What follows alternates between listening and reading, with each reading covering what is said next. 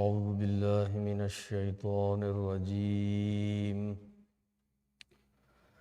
بسم الله الرحمن الرحيم الحمد لله رب العالمين بارئ الخلائق أجمعين والصلاة والسلام على خاتم الأنبياء والمرسلين سيدنا ونبينا ومولانا أبي القاسم محمد اللهم صل على محمد وآله الطيبين الطاهرين الذين أذهب الله عنهم الرجس وطهرهم تطهيرا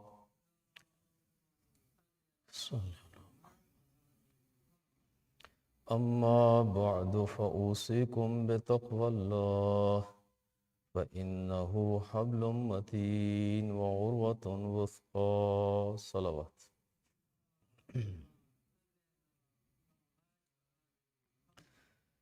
Dear brothers and sisters in Iman, first of all I advise myself for taqwa, parhezgari and piety, and then I advise all of you for the same. Today is the first of Jumada al-Thani, and as you know, third of Jumada al-Thani is the martyrdom anniversary of Hazrat Fatima Zahra Salamullah alayha. Allahumma salli ala Muhammad. And in these days we are holding the majalis to remember her and to remember her remarkable contribution and the life and the services provided by this great lady and the children and the grandchildren of this great lady. So, in other words, these are the days of Janabe Sayyida Salamullah alayha, and that is why even in these khutbahs of Jumu'ah, I am trying to bring some points to understand the life and the stands of this lady a little better. I do understand that there is not much heat in the masjid, and I don't want to keep you in this cold for much longer time. So I will try to keep it very brief and make only one point, and that is that normally when we look at the lives of people that who have led the communities or served the communities and established the communities, or they have served the communities,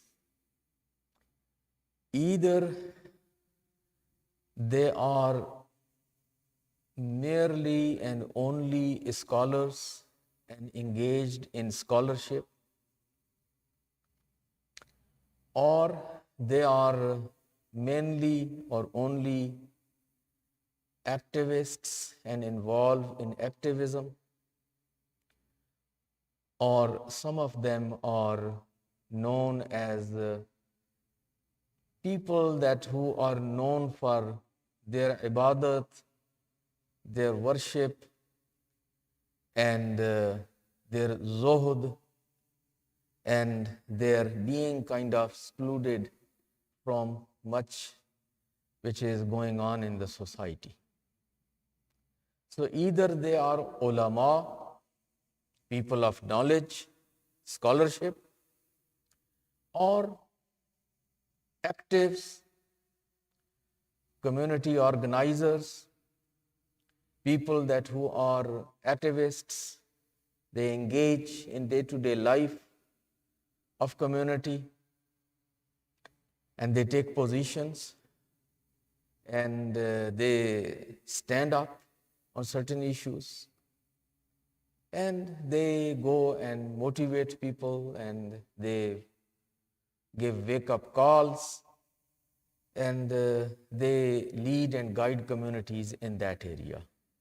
And the third, as I said, there are always some people that who speak seldomly, but because they are very pious, very respected individual, they have their influence too.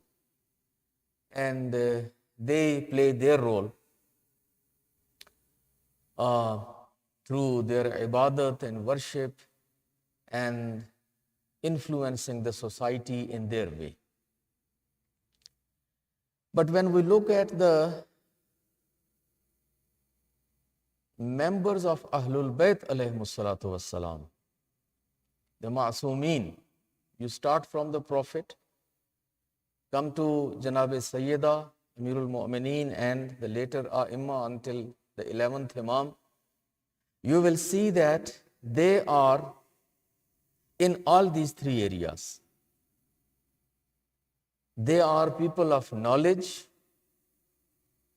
they are academians, they are, the word scholarship or scholar is too little for them, but we don't have any other word, so that is why I'm using that. Engaged in education, educationists,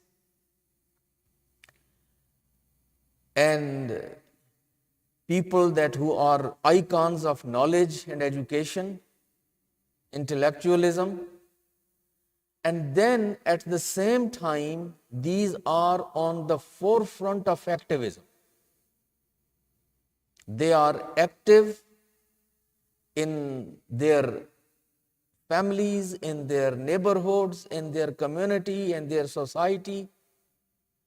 They are rallying around the people, they are rallying the people, they are taking positions, standing on issues, and challenging and confronting those that who were doing the wrong things. So much so that sometime you know that there were physical reactions to these people. They got bothered physically and tortured physically, but they didn't mind that. Being a Nabi, being Imam, being the daughter of Nabi, and the wife of Imam, and the mother of all those other A'imma, she was not concerned or worried that they will become physical with her and they will attack on her and they will get into that. Many of our scholars and ulama, the people of knowledge and scholarship, under the influences of society, and now since scholars have become a separate class, intellectuals or leaders, if you notice, they don't put their hand into the place where it is hot. They don't deal with the hot potatoes. They know something is terribly wrong, but they are not going to confront it. They are not going to stand against it. Why? Because they are afraid that people are not going to listen them, people are not going to obey them, and this is how the institution of the scholarship will be degraded. Respect will be gone, because such a scholar took the position, nobody listened. But Nabi never had that fear. Imams never had that fear that as a representative of Allah, if I will take the position and if people don't listen to me or if people don't believe in me and if people call me lawyer and a madman and they degrade me, so it will degrade the office of Nubuwwat and Risalat. And Nabi and Rasul will lose the respect. If people come and get physical with me and they beat me up, so what respect will be there anymore for a Nabi or Imam? They were not afraid of these things. They got through all this. But now the clergy, the marja'iyah and the ulama, they know everything what is right and what is wrong. And they know how to confront it or how to tackle. I am insider. I lived in Qom. And I am very much in connected individual with all those highest offices. But why they don't get involved? Because of the respect of this institution. Because if we will give fatwa, people are not going to buy it and we will lose the respect. The institution will lose the influence. This is the last line of defense. And if we will take the stand and if Ummah didn't listen, then there is no benefit in it. So let's keep quiet and keep waiting for the right time. And keep waiting for the right time. And as you know, weeds grow much faster than the real crops or whatever you call it. So by waiting more and more and more, water is going high and high, and our boat is sinking and sinking and sinking. But the argument is that let establish the schools, establish the madrasas, educate people, educate youth, enlighten the society, and then it will be all over. And haqq will take over on the batil and people will become all angels. But we need to keep quiet and we need to keep sitting and we need to wait. But reality and the bottom line, as I'm telling you, it is just the fear. We don't want to be confronted. We are holy cause, muqaddas people, wearing this abba, kaba, imama. So we don't want to see anybody coming and shouting at us.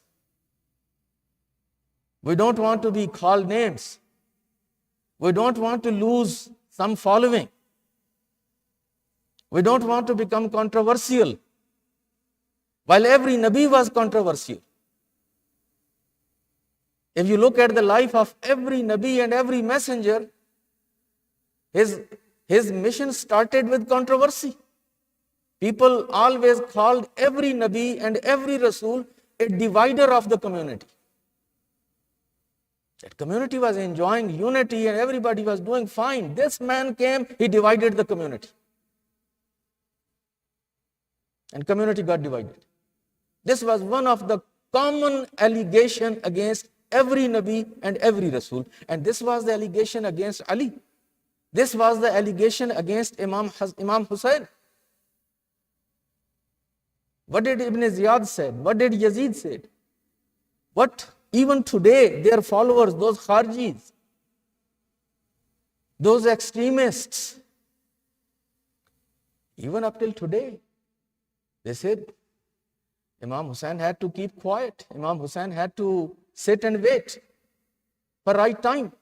He was not supposed to stand up and divide the community and cause this problem, and because of him until today we have all this problem. That's what they say. So the point is, we see these holy figures. When I say holy figures, I mean clergy. Particularly if you are senior clergy.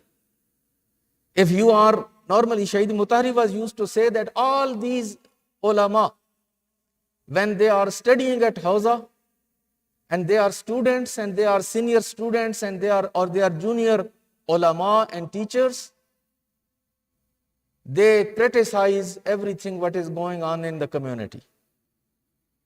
And they are all for change. They have so many ideas and so many arguments, and they are full of energy, and they want to stand up and change the situation. But as they reach to those highest levels, I don't know whether it's hormones and the age, when you get into those 60s and 70s and 80s, so, or because of whatever reasons, they become the quietest people. The same very people who were day and night, they were criticizing all these things. And all those things are happening now in front of them, and the quietest people are those who are at the highest level.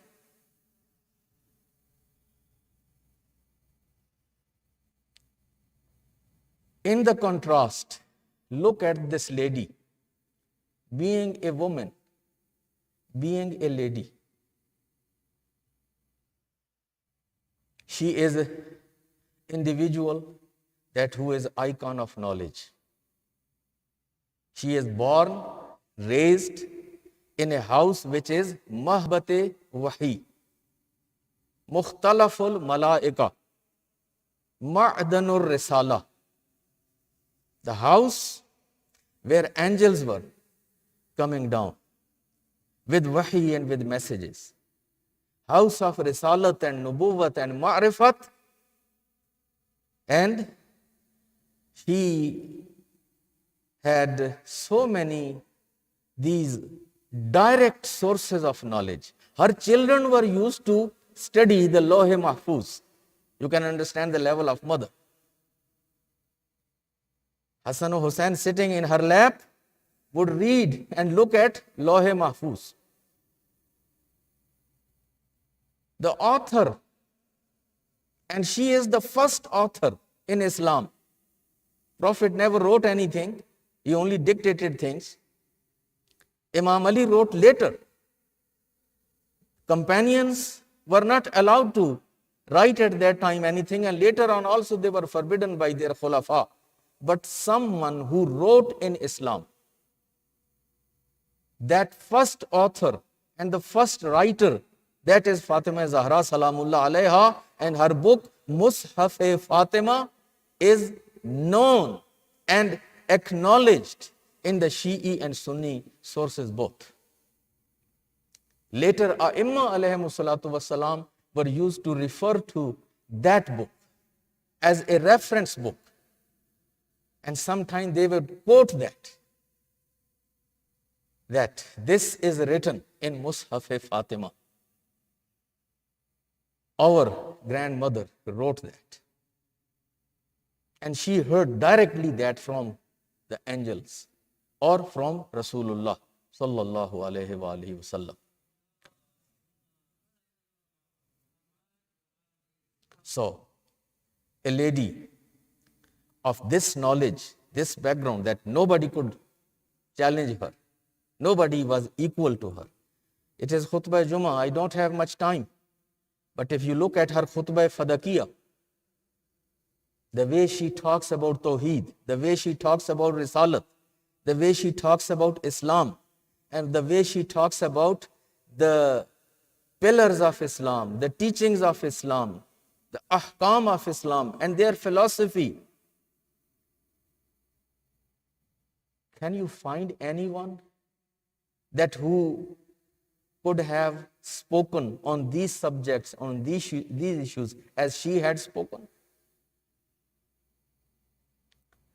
That much knowledge.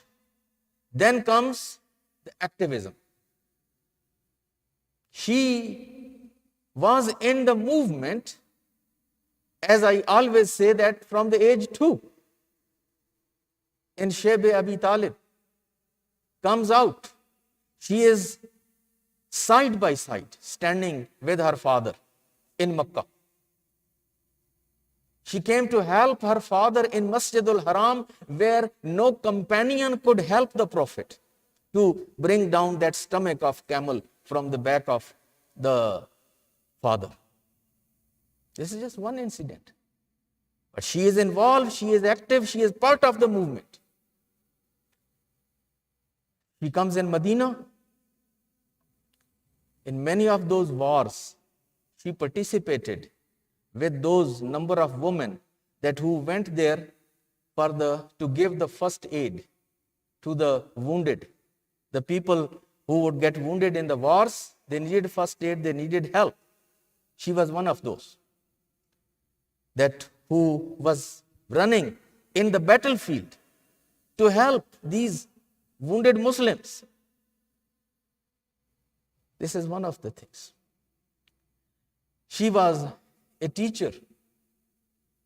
She would teach these Muslim ladies and Muslim girls the masail of Islam, the halal and haram of Islam, tafsir of Islam. There are so many stories that how these ladies would come to her and she would teach them.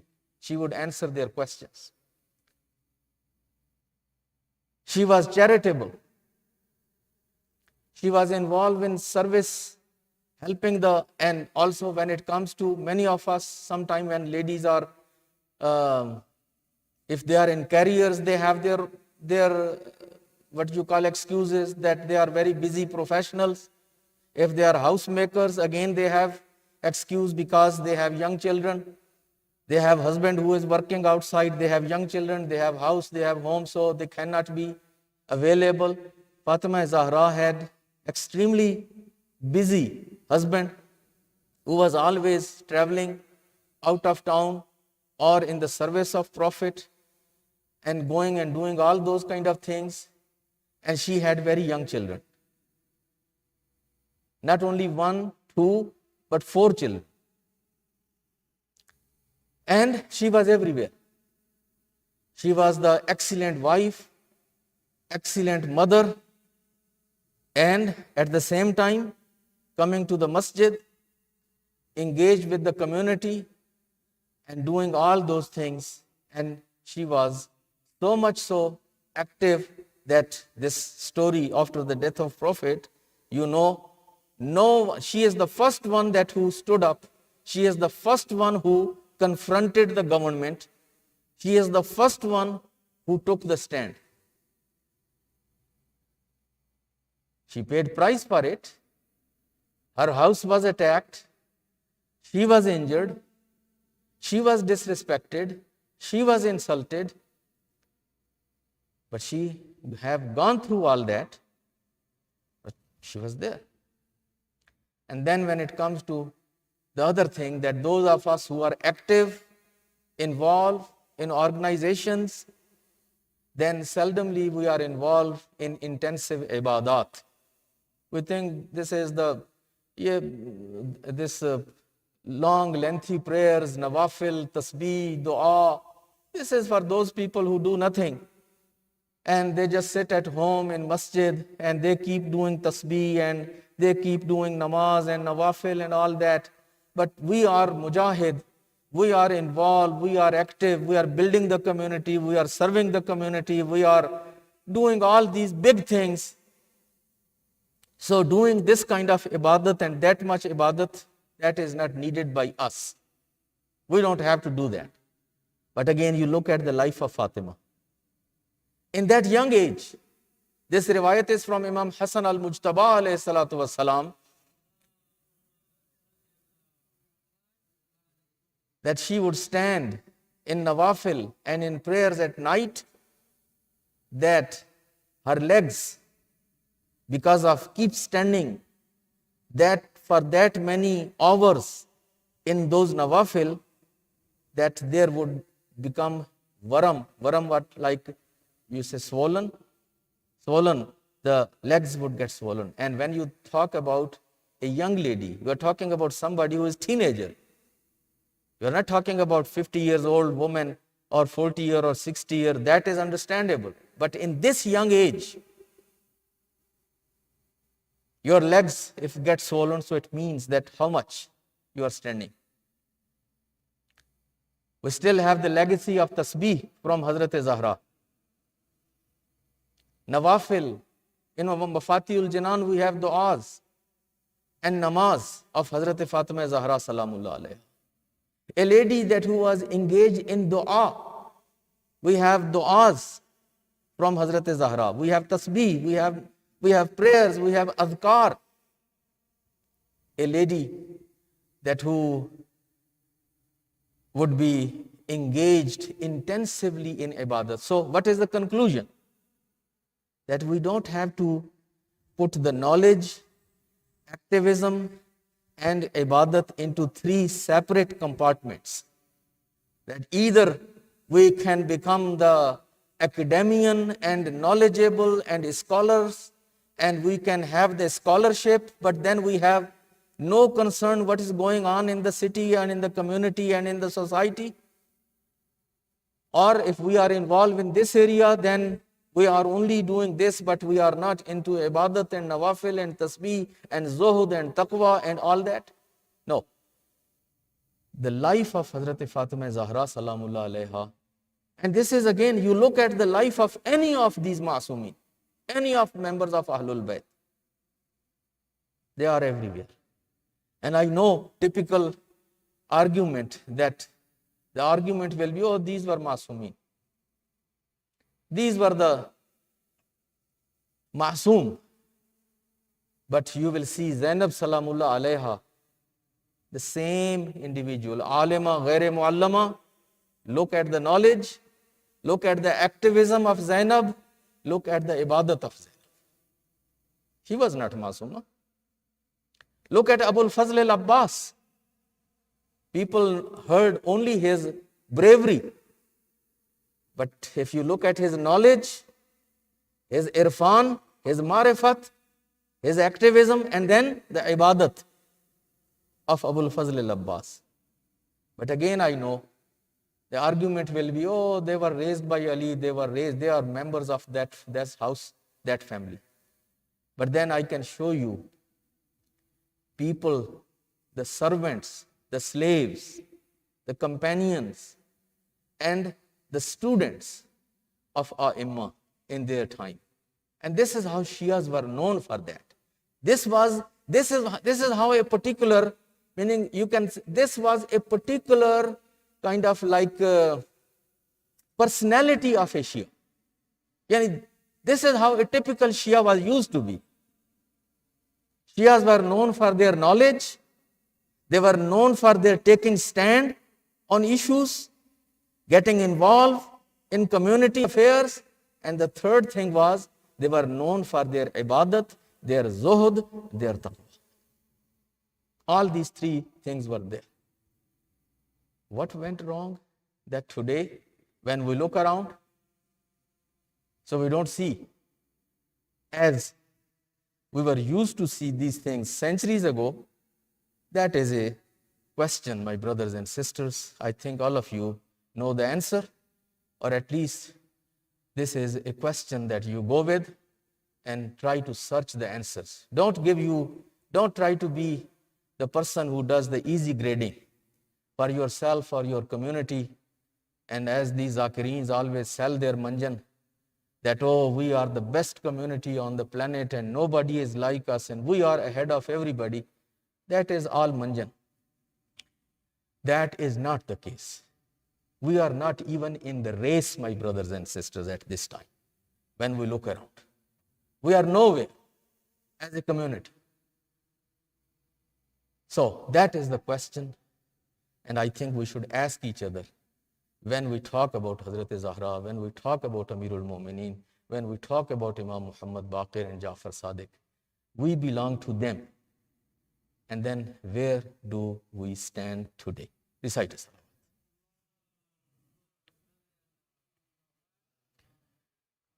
أعوذ بالله من الشيطان الرجيم بسم الله الرحمن الرحيم والعصر إن الإنسان لفي خسر إلا الذين آمنوا وعملوا الصالحات وتواصوا بالحق وتواصوا بالصبر.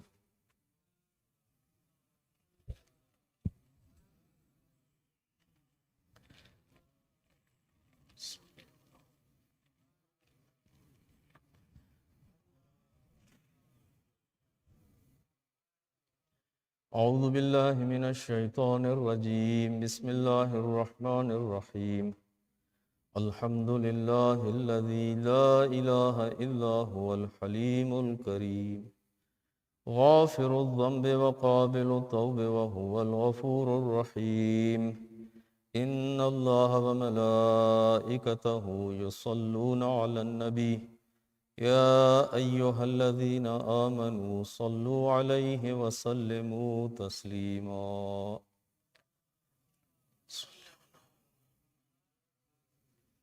اللهم صل وسلم على سيدنا ونبينا ومولانا أبي القاسم محمد صلى الله عليه وسلم وعلى أمير المؤمنين وإمام المتقين علي بن أبي طالب وعلى سيدة نساء العالمين فاطمة الزهراء وعلى الحسن والحسين سيدي شباب أهل الجنة وعلى علي بن الحسين ومحمد بن علي وجعفر بن محمد وموسى بن جعفر وعلي بن موسى ومحمد بن علي وعلي بن محمد والحسن بن علي اللهم صل على مولانا صاحب العصر والزمان صل على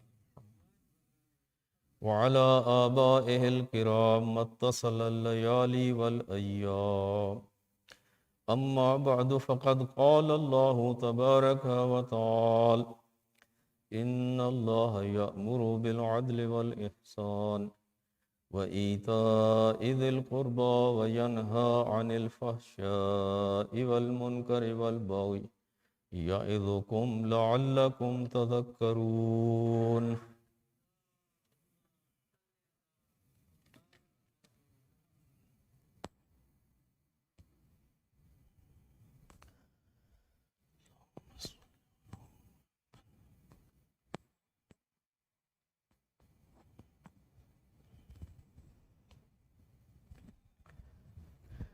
الله أكبر الله أكبر أشهد أن لا إله إلا الله أشهد أن لا إله إلا الله أشهد أن محمد رسول الله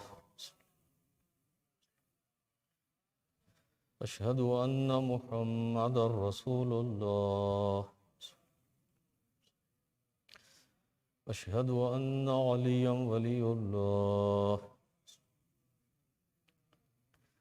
أشهد أن عليا حجة الله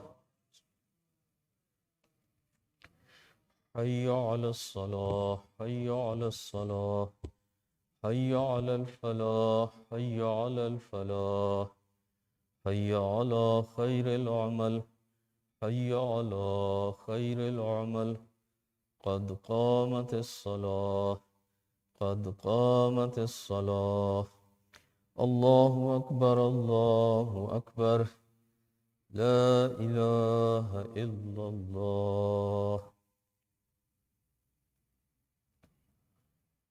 الله أكبر